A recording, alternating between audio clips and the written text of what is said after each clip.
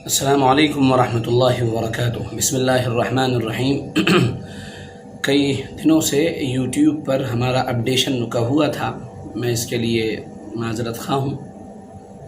کچھ ایسی مصروفیات تھیں جس کی وجہ سے میں نئی ویڈیوز نہیں بنا پا رہا تھا۔ آج آپ کی خدمت میں حاضر ہوں۔ بہت سے لوگ لگاتار فون کرتے ہیں اور وہ لگاتار شکایت کرتے ہیں کہ ہمارے اوپر جنات کا، ہمارے اوپر سحر کا، ہمارے اوپر کسی اور طرح کا اثر ہو گیا ہے۔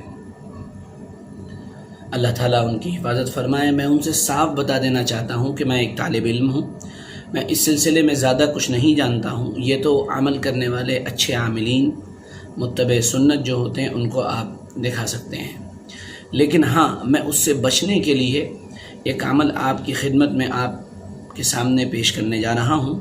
عمل بالکل مضبوط ہے، جناب رسول اللہ صلی اللہ علیہ وسلم کا بتایا ہوا ہے۔ اس کے ساتھ ایک سچا واقعہ بھی بیان کروں گا تاکہ بات آپ کے سامنے پورے طور پر واضح ہو جائے۔ پہلے واقعہ سنیے، پھر ساتھ میں عمل بھی سن لیجئے گا۔ یہ واقعہ سعودی عرب کا ہے، جہاں پر ایک امام صاحب تھے، ان کی ایک بہت خوبصورت بیٹی تھی۔ ان امام صاحب کی بیٹی مدرسے پڑھنے جاتی تھی۔ ایک دن وہ لوٹ رہی تھی تو کسی طرح اس کے چہرے سے نقاب ہٹ گیا اور ایک نوجوان نے اسے دیکھ لیا اور وہ اس پر فریفتہ ہو گیا، عاشق ہو گیا۔ اب اس نے مسجد میں آنا شروع کر دیا۔ وہ لگاتار مسجد میں آتا تھا، نماز پڑھتا تھا اور ذکر و اذکار میں اور تلاوت میں لگا رہتا تھا۔ کئی دن گزر گئے تو امام صاحب نے دیکھا کہ بڑا اچھا لڑکا ہے، نماز پڑھتا ہے، عبادت کرتا ہے، ذکر و اذکار میں لگا رہتا ہے۔ تھوڑے دن کے بعد اس لڑکے کا والد امام صاحب کی بیٹی کے لیے رشتہ لے کر آیا۔ چونکہ لڑکا ٹھیک ٹھاک گھرانے کا تھا اور اس نے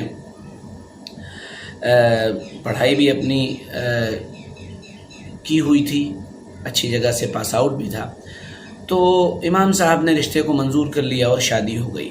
شادی ہونے کے بعد جب اس نے اپنی بیوی کو حاصل کر لیا، اس لڑکی کو حاصل کر لیا، وہ اس کی بیوی بن گئی، تو دھیرے دھیرے رفتہ رفتہ اس کی دینی زندگی میں تبدیلی آنے لگی اور اس نے نمازیں پڑھنا دھیرے دھیرے ختم کر دیں، ذکر و اذکار چھوڑ دیے، تلاوت بند کر دی۔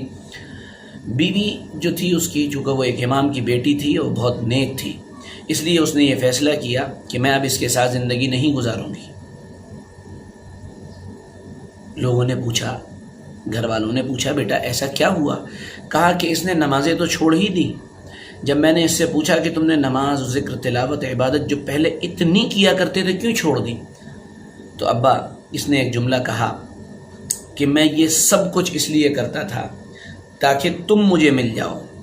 اب تم مجھے مل گئیں تو میری زندگی کا مقصد حل ہو گیا۔ اب یہ نماز، ذکر، دعا، تلاوت کی مجھے ضرورت ہی باقی نہیں رہی۔ یہ سن کر امام صاحب حیران رہ گئے اور لڑکی کو گھر روک لیا۔ لوگوں کو پتہ چلا، معلوم ہوا، لوگوں نے پوچھا، امام صاحب نے وجہ بتا دی۔ تھوڑے دن کے بعد یہ لڑکا پریشان ہوا اور اس لڑکے نے ایک جادوگر کا سہارا لیا اور جادوگر کا سہارا لے کر اس لڑکی کو دوبارہ اپنے قبضے میں کرنے کی کوشش کی۔ جادوگر نے کہا کہ تم مجھے اتنے پیسے دے دو، میں تمہارا کام کر دوں گا۔ تھوڑے دن کے بعد جادوگر کا فون آیا کہ تم اور پیسے لاؤ۔ یہ اور پیسے لے کر پہنچا تو وہاں عجیب ماجرا دیکھتا ہے کہ جادوگر کے ہاتھ میں چاقو ہے اور وہ کہتا ہے کہ میں اپنے آپ کو قتل کر لوں گا، مجھے بچاؤ نہیں تو یہ لوگ مجھے مار دیں گے۔ لڑکا پریشان ہوا، کیا ہوا؟ یہاں تو کوئی نظر نہیں آ رہا ہے۔ لڑکا ڈر کر بھاگا۔ پولیس والوں نے دیکھا، کیوں بھاگ رہے ہو؟ پولیس نے اسے روک لیا۔ اس جادوگر تک پہنچے۔ جادوگر نے ان پولیس والوں سے بھی یہی کہا کہ آپ مجھے بچا لیے، نہیں تو یہ لوگ مجھے مار دیں گے۔